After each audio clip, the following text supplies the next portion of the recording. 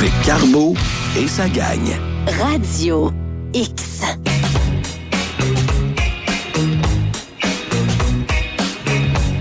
Tiens, notre musicologue préféré est arrivé. Il est fin prêt, la playlist est prête. Pourquoi pas y aller avec sa trame?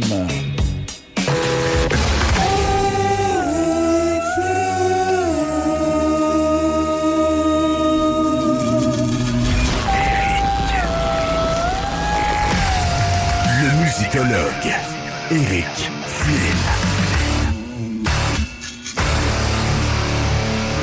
Yes, bon matin, mon Éric. Bon matin! Je te vois, tes yeux brillants, là, t'es réveillé depuis longtemps. Ah, parce que je te regarde. Ah oui? Tabarouette, ça se peut qu'il s'éteigne dans pas long. Il y a de la fatigue accumulée dans ça. Non, on s'invitera pas à un party de saucisses. Non. On va pas croiser l'épée, mon Éric. Il n'y a pas de danger. Aucun danger. Aujourd'hui, tu nous as préparé un groupe qu'on n'entend pas souvent parler. Moi, c'est un groupe que j'ai apprécié dans ma jeunesse. Hein. Oui. Ils font partie de la Hair Nation. Oui. Les toupettes crêpées, cheveux beaucoup trop longs, les culottes beaucoup trop serrées. Et tu as nommé cette semaine le groupe Elix. Voilà. Ouais, la gang des années 80, ils ont tous connu ça. On a tous adoré ce groupe-là. Particulièrement, il y a une chanson qui est ressortie du lot, qu'on va faire jouer bien sûr tantôt. Mais ils ont eu plusieurs chansons qui ont marché beaucoup, là. Puis, oui. tous les extraits là, qu'on va jouer aujourd'hui, ça a tout été fait dans des vidéoclips. Ça a joué énormément à MTV, Much Music et même ici à Musique Plus. Et c'est toutes des chansons qui ont marché énormément, là. C'est ça le pire, là. Ouais. Mais il y en a une qui a tellement sorti du lot. Puis des fois, c'est ça qui arrive, c'est que souvent, c'est ça qui est injuste. C'est que t'as une chanson qui est comme vue comme un one-hit wonder. Mais sauf que elle est tellement, l'envergure, elle est tellement immense que ça camoufle un peu le reste. Oui, c'est ça, c'est le groupe Elix qui fondé en 1974. Brian Vollmer, le chanteur, lui, il faisait les back vocals de Dale Shannon dans les années 60. Ah oui, Runaway, Run Away. Ouais. Dale Shannon, donc, il faisait les back vocals pour lui. C'était un groupe de Waterloo en Ontario. OK, oui, plus précisément à Kitchener. Et là, ben, ce qui arrive, c'est que ils sont 5 en tout. Il y en a 4 là-dedans qui s'en vont en médecine, qui étudient pour être médecin, puis eux, ben, ils font de la musique pour le fun, là, tu sais, parce que les autres, ils n'ont pas d'ambition à faire de la musique. Et eux, ben, ils sont plus concentrés sur leurs études. À part Brian Vollmer, le chanteur. Mais lui, bon, il étudie pas en médecine, mais il avait pas d'ambition, mais sauf qu'il savait chanter, heureusement. Pas d'ambition, on va pas dire ça pareil, mais n'en demeure pas moins qu'il voulait pas faire une carrière professionnelle. C'est ça, effectivement. Et puis, sauf que il sait chanter. Ça, c'est sa grosse qualité. Donc, toute sa gang-là se sont réunis, et puis, même à un moment donné, dans les auditions qu'il y avait eu au tout début, il y avait un bassiste qui est arrivé puis qui voulait faire partie du groupe. Et finalement, il n'a pas eu la job. Un dénommé Michael J. Fox. Ah ben non, t'es sérieux? C'est lui qui joue de la guitare dans Back to the Future. T'es sérieux? Ouais, c'était un bassiste avant tout, avant d'être un guitariste. Fait que ça veut dire que les scènes qu'on a vues dans Retour vers le futur, c'est probablement des vraies scènes de guitare. Oui. Ouais, parce qu'il joue plusieurs instruments, il joue de la guitare, il joue de la basse. Et lui, il avait auditionné pour être bassiste pour Elix. Et finalement, il n'a pas eu la job.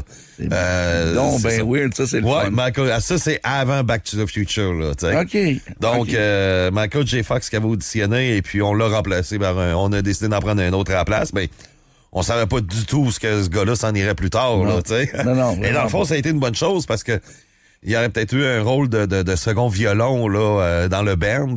Tandis qu'on n'aurait peut-être pas eu la belle carrière qu'on a connue de Michael J. Fox. Quand on regarde aujourd'hui Michael J. Fox sur des plateaux de télé où il y a de la misère à marcher, c'est triste. C'est vraiment triste. On trouve des nouveaux protocoles à cette maladie-là qui est le Parkinson, mais on n'est pas capable à 100% de le régler, ça c'est sûr. On est capable d'étirer la vie des gens.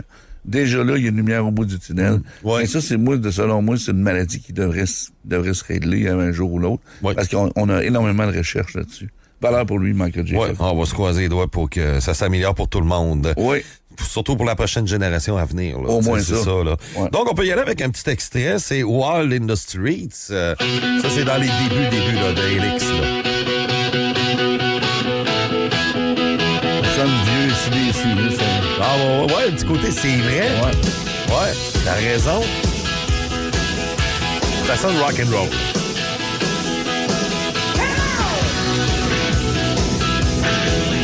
Ça ressemble énormément à du ici.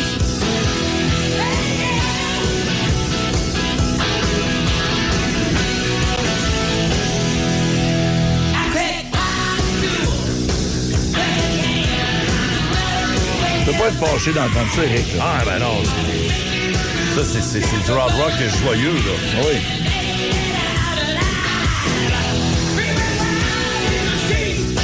Super bon. Yes. En le baissant un petit peu, mes amis. Regardons-les en trame de fond. La suite de ça, là, on a un bassman qu'on a... Oui, ben là, on a formé le groupe. Et puis, finalement, dans les membres qui ont étudié en médecine, il y en a juste un dans la gang qui est devenu médecin après. Les autres ont décidé de s'impliquer plus au niveau de la musique. OK. Parce que là, le groupe signe avec Capitol Records, ils se font découvrir, puis là, ben, ils s'en vont en disquer. Donc, les gars, il y avait beaucoup plus de fun à jouer de la musique qu'ils étudiaient en médecine, et puis de jouer ils ont décidé de... Ben, c'est ça. Et c'est en 82 qu'ils vont sortir un premier album, et c'est No Rest for the Wicked. Et là, ils vont partir en tournée aussi avec Motorhead et Heart. Et là-dedans, ben, on retrouve, bien sûr, une excellente chanson. Le premier vrai hit, là, Heavy Metal Love. Ça a été vraiment, là... Ça ressemble à Charisma de Kiss, c'est fou. Le riff en montant. La voix de Brian.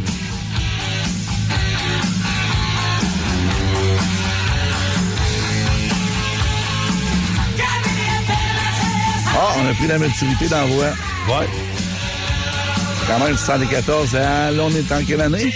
Là, on est en 82-83. OK. Ouais.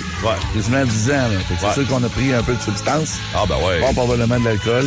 Oui. Là, ça nous amène à un grain de voix un peu plus grave. Là, au chocolat. Ouais.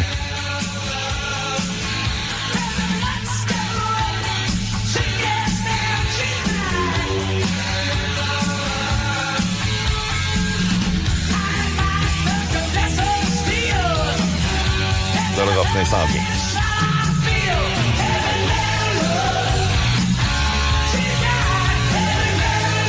Le Air Nation, cette mode des années 80, ouais. c'était pas drôle. Et... Moi, j'ai adoré cette mode-là. Ah ouais, ben, c'était dans nos années, là. Mon grand croche, Véronique, secondaire 2. Moi, j'étais en 81. En 82, j'étais en secondaire 1. Et puis Véronique attachait ses jeans avec une fourchette. Ah, ben oui, jeans serrés. Il fallait que ce soit extrêmement serré. Pas aussi, confortable. c'était des jeans serrés. Ah oui, nous autres Puis aussi. les bottes à cap. Puis là, ben, on s'achetait, là, ben, comme moi, mes parents m'avaient acheté une paire de bottes à cap d'acier parce que je voulais faire comme mes chumés. Ah oui. Sauf qu'elle est neuve. C'est poche, ça, tu sais. Ouais, ils vont fait que pas là, je bien. l'apprends sur une chaîne de trottoir, puis là, je frotte le cap d'acier pour voir l'acier. Hey, tabarouette, mes parents n'étaient pas contents. Hein? T'as fait ça? Ben oui. Puis, C'est pas croyable. Ah non, c'est ça. Tu sais, c'était les jeans serrés, froc de cuir. Des fois, on avait un petit côte de jeans.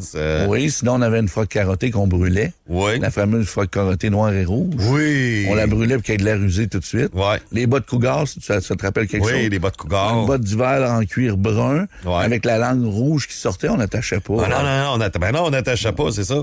C'était pas le confort qui passait avant, c'était vraiment pas. le look, là. C'est ça, ouais. Puis les cheveux crêpés aussi, on se crêpait les cheveux. Es-tu allé à Loretteville, toi? À Neuchâtel. OK. Ouais. Parce qu'il y a eu une manifestation des étudiants en 83 à Loretteville. Ouais. Justement à cause des frocs de cuir, des bottes à cap. Nous autres, ça a été un petit peu après 84-85. Nous autres, c'est quand on avait interdit les gilets de groupe. En plus que moi, j'avais un gilet de Metallica avec une bolle de toilette là, dans Ride the Lightning. Oui. Là. Puis ça, le directeur m'avait vu. Puis non, je veux plus que tu portes ce gilet-là ici. Ça n'a pas de bon sens, c'est de la violence. Genre, c'est une bolle de toilette. Mais c'est ça, on avait des gilets Slayer et ainsi de suite. Ah, ça, c'est terrible. Ouais. Puis en plus, on avait manifesté une autre fois parce qu'on pouvait plus fumer à l'école. Ouais, ils nous avaient fait, finalement, Loretteville, ils nous avaient fait, moi, j'ai jamais fumé, mais un fumoir. Ouais. Un corridor qui partait du bureau des surveillants d'élèves jusqu'au fond de l'école où les casiers, on avait une entrée au casier. Il y avait de la boucane. Ça puait. C'est dégueulasse. Ah ouais. Mais ça fumait partout dans ce temps-là. Ben oui. Allez voir si les étudiants vont sortir. Aujourd'hui, ils n'ont même plus le droit de fumer et vapoter sur le terrain de l'école. Sur le terrain, c'est ça le pire. Mais à cette époque-là, c'est autre temps. Yes. Donc, le groupe qui va remporter un Juno, justement, suite à Heavy Metal Love, comme étant le groupe le plus prometteur. On arrive en 84 et ça, c'est Walking des Razorhead. Là, on arrive avec un hit planétaire, une pièce générationnelle. De moyen air. De moyen hot. Comme RBO avait fait. C'est ça, ouais, exactement. Rock You, yes. Sûrement, tu connais ça, Mélanie. Rock. Rock you. Mais nous autres, c'est pas ça qu'on disait. On disait le F-word. And what you gonna do? Là, en 84, par exemple, là, j'ai spoté le Ford Thunderbird 1977 que je voulais. Ah ouais? Oh que oui. J'ai 15 ans. Mon permis, c'était à 16 ans. J'ai acheté le char. Le char a passé 2 ans dans la neige. Quand je suis venu pour le prendre à mes 16 ans, il en restait plus de char. Il était secrapeux. Ah ouais? Mais j'écoutais ça. J'écoutais ça. Mais t'as préparé un setup de système de son. Hein, parce que fallait écouter du Helix au fond dans le char. Ah ben ouais. Hey, on s'achetait tous des systèmes de son. Tout le monde faisait ça. Moi, mon premier, c'était un Dodge Challenger 72. Mais Hey. là, il était magané autour. Ouais, mais moi, il était tellement rouillé en entour, là, tu sais, la carrosserie était finie ben raide. Je l'avais eu pour 500$, tu sais. Mais sauf qu'aujourd'hui, on je le sais... c'est 50 000 et plus. Ouais. Ça n'a aucun sens. Quel groupe, Helix? Yes, Helix. Donc... Puis là, c'est parti, là. Tu sais, là, le groupe se fait connaître à travers la planète. Ils vont partir avec Whitesnake, Quiet Riot, en tournée nord-américaine. Après ça, c'est Kiss qui va leur téléphoner pour dire venez faire la tournée européenne avec nous. Ça, là, tout le monde se lance. Là. Ben ouais. Là, tout le monde s'intéresse à eux et puis ça va vraiment, mais vraiment très bien. Là, on est vraiment bien parti pour le band. Et on y va avec une autre pièce, c'est même en 1985 qui va marcher beaucoup. Même il y en a 2. Dans l'autre album qui vont sortir, il y a Long Way to Heaven, ça c'est le nom de l'album, et justement la pièce Gimme Gimme Good Lovin' qui va marcher énormément. Là, on est dans l'après Rock You. Là ça c'est le bout dans un groupe où c'est très difficile d'essayer de continuer à percer. Ce qu'Helix ont réussi à faire. T'sais, on se battait contre Poison, on se battait contre Bon Jovi, on se battait contre les Steel Panthers, on se battait contre toutes sortes de groupes. Striper. Ouais, Striper. On garochait Boulet Rouge. Ah, il y en a Cinderella, Darken, Rat. Il y en avait plein.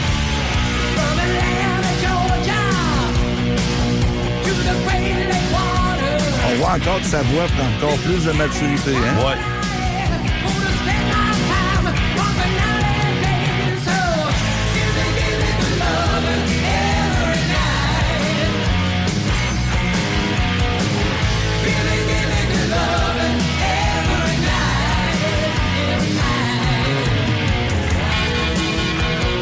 Très bon, très bon.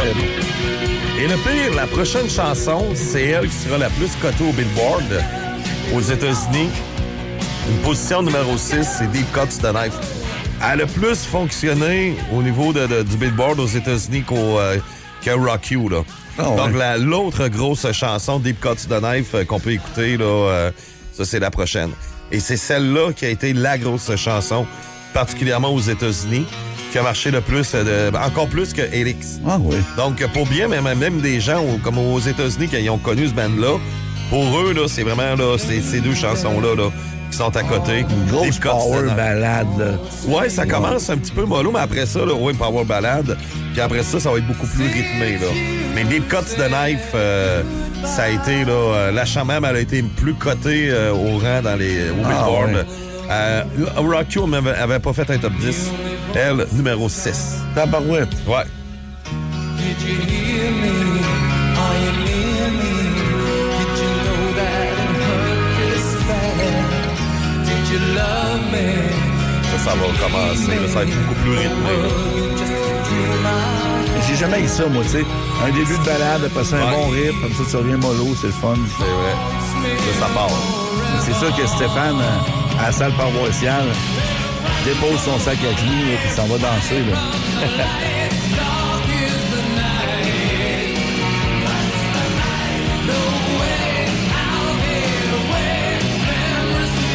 Je pensais pas qu'il y avait autant de succès, Helix. Oh, ouais. Mais t'es pas mal arrêté à Rock You, moi.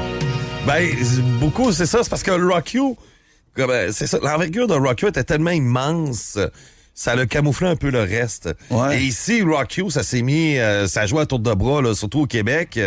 ça jouait à tour de bras, puis c'était tellement big, là, on chantait tout le temps ça. Puis même Rock et Belles Oreilles, comme je disais tantôt. Ils ont fait des parodies. Ils ont fait une parodie sur Rot à R.O.T., tu sais. Ça a été immense, là. Donc, 1986-87, ce qui arrive, c'est que là, leur gérant, lui, William Sepp, il a tous les droits d'auteur du band. Il dit, c'est le fun, ça. C'est moi qui ai tous les droits d'auteur. C'est moi qui contrôle tout. Puis tout l'argent va dans mes poches. Là, les gars, ils arrivent. Ils disent, mais attendez une minute, là. Pourtant, on a 4 étudiants en médecine là-dedans, là. Ah ouais? Ouais. Aucune scène. Les gars, ça faisait pas d'argent. Ils voulaient avoir les droits d'auteur. Ils n'ont pas pu. Puis ils se sont fait avoir par le gérant. Et le gérant, ouais. Puis là, il était malhonnête. Il y en a beaucoup là-dedans. C'est de la fraude. Pas de la fraude, mais de la crosse, là, tu sais. Tu sais, le gars de l'armée, là, avec Elvis, c'est un crosseur. Général Parker. Même après toutes ces années, il y en a encore. On t'a rendu riche, mais sauf que, c'est ça. T'auras pas une scène par le band. Et pourtant, c'est grâce au band que le gars s'est fait de l'argent. Sacrément. Donc, ils sont allés en cours et puis le band n'a pas pu rien gagner. Puis comme je disais, il y en a 4 là-dedans qui ont étudié en médecine. Tu sais, c'était des gars que t'as quand même, là, c'est ça, là. Ils se sont fait avoir, là, vraiment, là. C'est ça, là. Il y en a qui vont me dire, ça change rien parce que t'as des gens qui sont haut placés qui vont se faire avoir dans des sectes religieuses, là, tu sais. Il y a ça, tu sais. Mais finalement, le band n'a plus rien, n'a pas eu une scène. Et là, ils ont décidé, nous autres, on fait plus d'albums, on arrête tout ça. Et puis, il y aura plus une scène de notre part, ça, c'est certain. Donc, le groupe se sépare. Ça arrive des fois que le band va se réunir quelques fois. Il y a un des membres qui va décéder. Mais là, dans les années 90, Brian Vollmer va faire un groupe hommage à Supertramp. Ah! Ouais. Il va être dans le band. C'est bizarre. Pour un groupe hommage à Supertramp. Donc, il y en a un qui va être décédé, c'est qu'il va se ramasser. Il va rouler, il va passer son stop, puis il y aura une vanne qui va lui foncer dedans, qui va décéder. Paul Ackman, un des membres du groupe. Et puis, il y en a un qui est retourné à la médecine, Dr. Droner, qui lui fait de la médecine. Et là, le groupe revient avec d'autres membres aussi. Brian Vollmer est toujours là. Et ils ont fait des genres de petites chansons. Un petit clin d'œil sur une chanson de Noël, en plus, là. Un clin d'œil sur les Maple Leafs de Toronto. All I Want for Christmas is the Leaf Win the Cup, qui a marché beaucoup au Canada. On a un petit peu ici. Mais un peu plus tranquille. Moins daté des années 2009, là. OK. On y va beaucoup, là. C'est juste pour voir l'évolution de la poêle. For Christmas is the Leafs to win the cup. C'est un riff qu'on connaît du groupe, ça c'est clair. Ouais. Mais, ouais. Someone tell Lord Stanley I'm never giving up. All I want for Christmas is the Leafs to win the cup. Est-ce que l'histoire dit que les Leafs ont gagné la coupe? Non, pas du tout. Depuis 1967. C'est là-dessus qu'il chante, là. Ce qu'il veut, dans le fond, il veut rien d'autre qu'une coupe cette année pour les Maple Leafs. L'homme canadienne est là, de toute façon. Ouais. Donc, on souhaite. Mais non. Mais tiens, ils l'ont pas gagné, les Ils vont publier une autobiographie, Give Me an Hour, qui va sortir au milieu des années 2000. Et là, il va revenir aussi en musique. Et là, c'est un groupe, c'est un gars de Toronto. Il s'implique beaucoup au niveau de la politique. C'est un gars qui est ultra conservateur. Il s'affiche là vraiment là, conservateur, qui est un grand fan aussi de Lemaire Ford à l'époque. Oui. Et il a même fait une chanson parce que à un moment donné, il y avait des partis d'opposition qui étaient très, très... Ce qu'on appelle, nous autres, la gauche caviar. Okay. Et qui avait fait agissant en tant que gauche caviar. On l'a vu, ils ont présenté dans une élection partielle, je pense, 200 partis ou 200 personnes. Ça n'avait comme aucun sens. Et eux, ont comme voulu mettre la merde dans la ville de Toronto contre le maire Ford. Et ils ont fait une chanson. L'expression gauche caviar, champagne communiste. C'est une chanson qu'il a faite justement là, en lien avec ce qui se passait à la mairie de Toronto. Et qui, là-dessus, c'est ça, le maire Ford est comme un peu le Superman. Et là, t'as les méchantes madames communistes qui veulent, eux autres, là, s'emparer de la ville de Toronto. C'est là que je décroche. C'est là que j'ai décroché du chanteur de Pink Floyd, Roger Waters. C'est là que je décroche de YouTube. Lui, très antisémite. C'est dégueulasse. mêlez-vous pas de la musique, de la politique. Mêlez-vous de vos affaires. Oui, t'es un artiste. C'est artiste. ça. Ben, comment? À moins de te présenter. Là. Comme mon idole, Gene Simmons. J'haïs ça. Moi, Gene Simmons, là, l'artiste, là, je l'adule.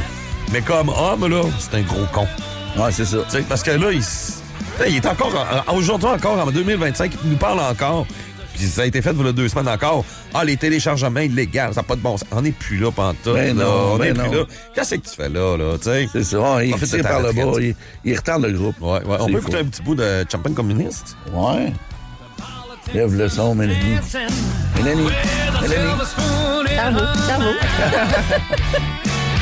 Mother Mary with a rosary undercover for the KGB. She's a champagne communist. She can fell with a lemon twist. Moi, la back vocale, ça me parle beaucoup. Le rythme est bon, tu sais. Mais ce qu'on dit dedans, ben, c'est peut-être un peu... Ouais, c'est ça. C'est très, très, très politique comme chanson. Là, le groupe va avoir quand même un dernier succès dans les années 2010. On avait parlé en 2023 pour 2023 qu'on sortirait un nouvel album, mais il n'y a rien qui a été fait encore à ce jour. J'ai vérifié hier et puis... Ils n'ont pas engagé Michael J. Fox, non? Non, Michael J. Fox n'est plus là. À part de ça, ben, il va là une couple d'années, il a fait une parodie justement pour se moquer de Gene Simmons de Kiss. Ah ouais? Rock is Dead. Justement à cause des paroles de Gene Simmons. Mais ils ont eu un dernier hit qui a fonctionné voilà quelques années. C'est la pièce Get Up. Ça a été vraiment le dernier hit. Là, ça sent le rock and roll. Un dernier hit pour Elix. Weekend holiday, gonna make some noise, blow out some steam, cause I've earned the right. Yeah, it's Friday night. We don't need a reason to party. So get up. We don't need a reason. Ça, je pourrais la mettre dans la playlist dans la radio de c'est bon. Ouais, moi aussi, j'aime ça. Ouais. Ah ouais. On a épuré, on a sorti de l'électronique, on semble reconnaître un peu plus les instruments de musique. C'est le fun. Oui, tout à fait.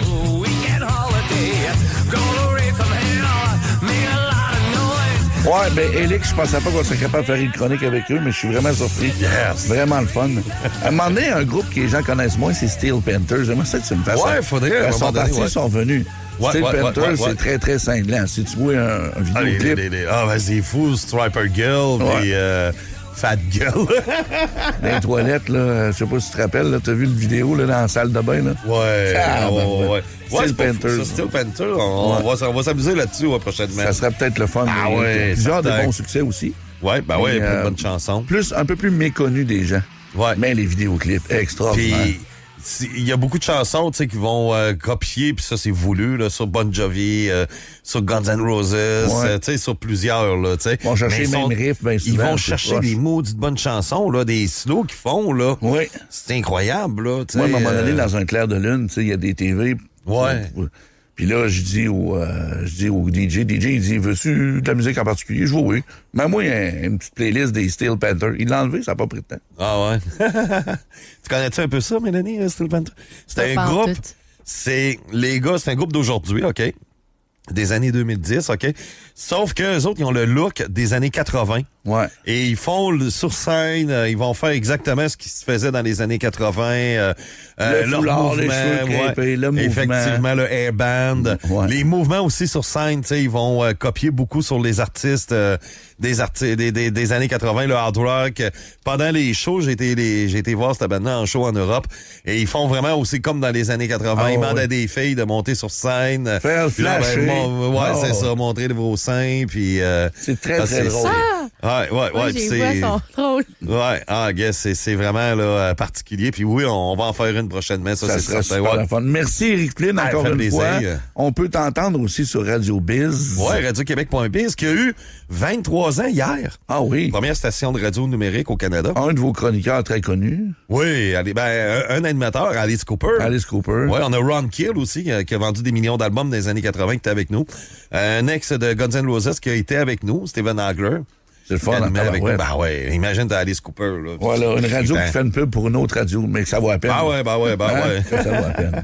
On va faire une petite pause, Mélanie, parce qu'au retour, là, c'est là qu'on jase de membrane. On finit notre sous-sol avec Stéphane Cadoret de GSK Construction. Le show du matin week-end. Salut tout le monde! Radio X.